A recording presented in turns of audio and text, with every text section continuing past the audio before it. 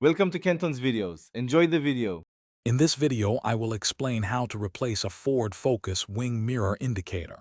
First, gather your tools, including a flathead screwdriver and a trim removal tool. Make sure your car's ignition is off and the parking brake is set for safety. Take a moment to examine your new indicator to ensure it's in perfect condition before you begin the installation process. This preparation ensures a smooth replacement. Now let's remove the old indicator. Begin by carefully prying off the mirror glass. Use a trim removal tool to avoid scratches, working slowly around the edges. Once the glass is loose, disconnect any electrical wires, usually for the mirror heating.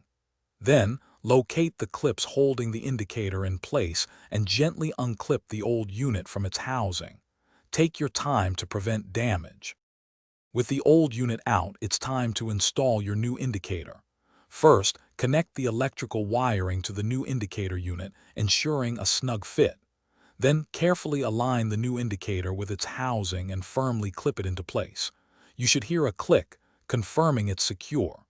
Finally, reattach the mirror heating element wires to the back of the mirror glass. This step is crucial for proper function. For the final steps, gently press the mirror glass back into its housing until it clicks securely into place. Once the mirror is reattached, turn on your vehicle's ignition and test the new indicator light to confirm it's working properly. Check both the left and right turn signals.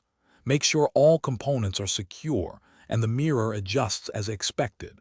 Congratulations, you've successfully replaced your indicator. Thanks for watching. Consider subscribing if we helped you.